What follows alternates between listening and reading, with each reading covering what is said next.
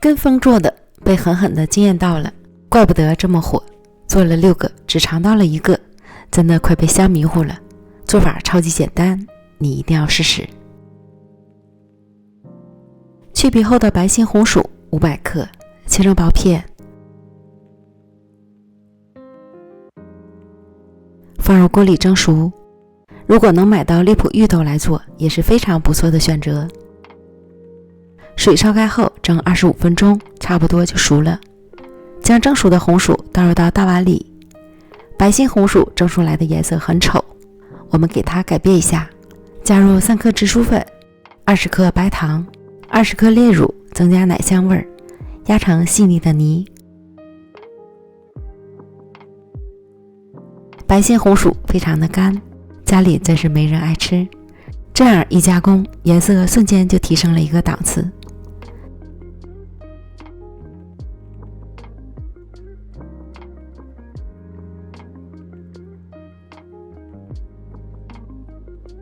均分成6份，装入到模具里，给它按压平整。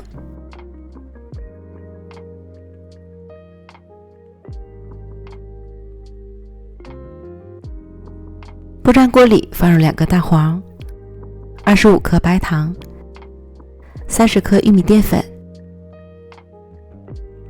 350克牛奶，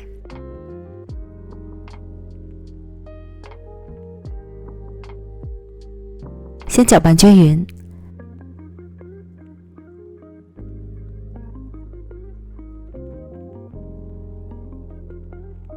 再开小火加热，不停地搅拌，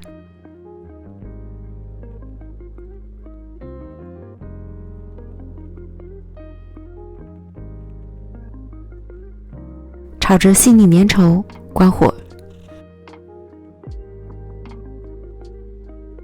装入模具，将表面抹平，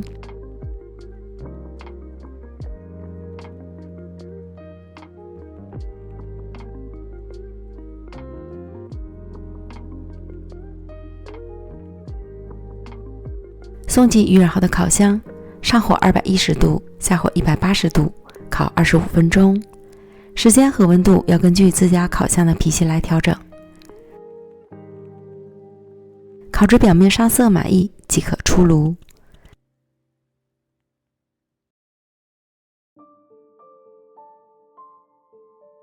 取出来冷却一会儿，就可以开始美美的享用了。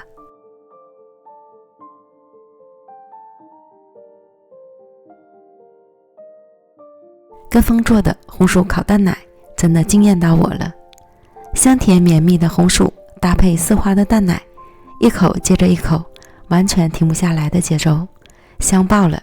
推荐朋友们一定要安排起来。感谢您的观看，我们下期视频见，拜拜。